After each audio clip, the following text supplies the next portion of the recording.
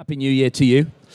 Tony, 2011 was incredibly busy for Lotus, and I'm assuming 2012 is going to be similar. Just give an outline of what we can expect to see. Well, you'll see Lotus in many different aspects of the sport. Everyone's followed this year, in 2011, the Formula One stories. We've got Lotus F1 team running this year, and we're proud to say we've got two top-line drivers with Kimi Räikkönen, a world champion in a Lotus, which is the first time we've had that for a little while. And then in IndyCar, we're building our own engine. We've had 2 years in IndyCar so far, and those of you who's followed it, we've been working with KV Racing, but we're now building our own engine, and we're running with 4 teams in IndyCar so far in 2012. We're with Autosport Herta Racing, we're with Autosport, we're with Lotus Herta Racing, we're with Lotus HVM, and we're with Lotus Dry and Reinbold, and we've just agreed terms last night with Dragon Racing for Lotus Dragon, who will be having Sébastien Bourdais as their lead driver and Catherine Legge as the number 2 driver in the team. The IndyCar series, it has, of course, been dominated in terms of power plants by Honda for so many years. Is this an arena that's going to be particularly challenging for Lotus to get a heads up on?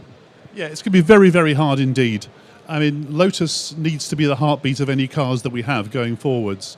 So building our own engine is a massive challenge. And when you're up against the likes of Honda and Chevrolet, we are very much the minnows. So it's a very big challenge. We're working with Judds as our partners, and we're very confident we can step up. Okay, Johnny, you're involved in a lot of different disciplines within the Lotus fold, and particularly the Exige rally car. That sounds a bit exciting. Sorry, you've got to share, mate.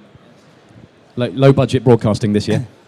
Yes, no, you're right. I mean, I've been involved with Lotus now. This is my going into my 3rd season with them, and been involved with their GT program from GT4 up to GTE, helping develop that and race that as a Lotus factory driver, and also got involved with the development of the Rally Exige car, which is actually really, really exciting for me because I've never actually driven a car with a hydraulic handbrake before, and after I'd driven it for a few days around the Hethel test track, I said to my engineer with the GT2 program that I wanted it in the GTE race car, but apparently it's not allowed. So I've had a lot of fun, and it's very exciting times. I mean, you have to come up to Lotus to see with the new test facilities, with the test track and everything else, just so much going on that even when you're inside like I am, it's hard to keep up sometimes. It's such an iconic and fabled brand, isn't it? It must be good for you to be involved at sort of ground up level. It is. I mean, there's not, as a professional driver, as a jobbing racing driver, it's very, very difficult to hold a career for a number of years. I've been fortunate enough to do this for a living for 14 years and 21 years total. I know I look only about 21 into it.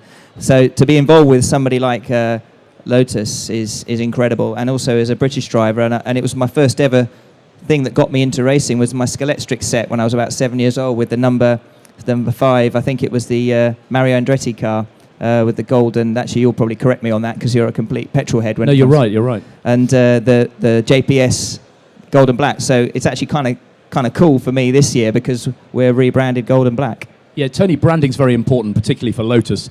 Just explain the difference between black and gold and green and yellow. Well, they're fundamentally different colours, Henry. Oh, perfect. What's very important for Lotus is to make sure we've got an identity which is recognisable across the globe. One of the most recent Lotus colours, which everybody knows, is black and gold. We took the Formula One team black and gold last year, and having sort of researched it amongst our potential buyers, our dealers and partners around the world, we decided black and gold was the colour to take through Lotus. So from Lotus Formula One to the Lotus GP team, which is the renamed ART team, through to what we'll be doing in GT racing, through to IndyCar, black and gold will be the Lotus colours. It gives us the same, the idea is to find the same recognition that Ferrari has with Ferrari red. Is there a case that the resources are spread a bit thin? Lotus have got their fingers in so many pies, and does road car production, does it facilitate that? Does it hold its head up? For us, it's recreating the Lotus brand from where it ought to be.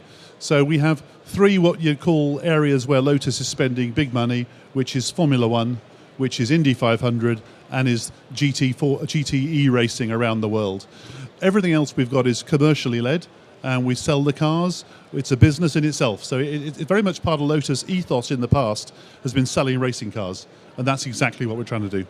Johnny, tell us a little bit more about Lotus Club GT and how you get involved and the benefits of that.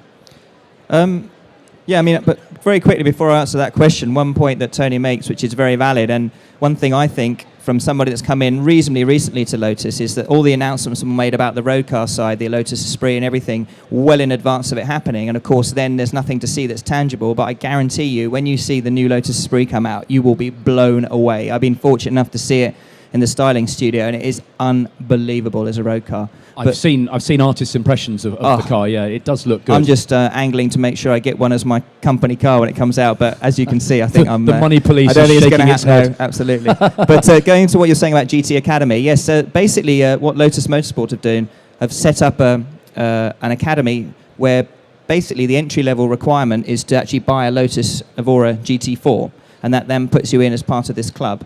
And then they have set track days that they're going to run all around the UK, starting basically at Hethel at their test track, where you have exclusive access with a limited number of people with the track to yourself, where you have people like myself and other Lotus drivers giving them instruction, and basically just building up through the product range of Lotus.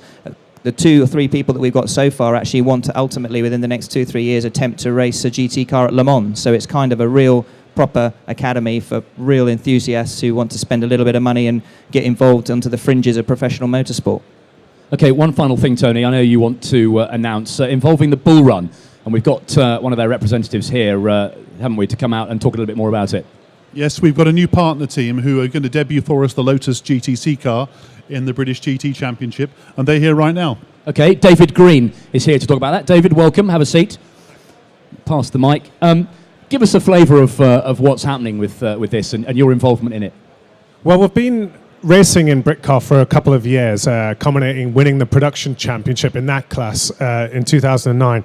So we were looking to make a full-scale attack on the GT championship, and we looked around, and obviously the amazing work Lotus have been doing with the Evora now, it's the perfect car to take that challenge on. We're a British team, it's a British championship, and I think we've got the perfect car. Okay, people are welcome onto the Lotus stand, aren't they? 2520. Right there, in fact. It looks very flash. It looks almost as flash as ours, actually. So well done on that score. It's actually equally, if not better, than the Autosport stand. I can say that, Henry. No, You're welcome to come across. The no. food's not up to scratch, but the food's fantastic over here. But it's actually an incredibly well set up stand. I've just been over there. So anyone that's here, come over there. I'm there all the time, as Tony is. Just come over, have a look at some of the cars we've got, and you're more than welcome. And we'll talk about everything that we're doing. It's open house and meet and greet, and that's really the nature of this show, isn't it, Tony? It's a fantastic way to sort of kickstart the season and get deals done and chew the fat, really. Well, I believe the Autosport show was conceived as being something really as a business-to-business thing for motor racing business to get done on the Thursdays and Fridays. And I've got to say, Lotus are very proud that we're here at the moment supporting this show, Henry. Okay, good to hear from you guys. We wish you all the best for 2012. Ladies and gentlemen, Tony Schulp, Johnny Mowlem and David Green.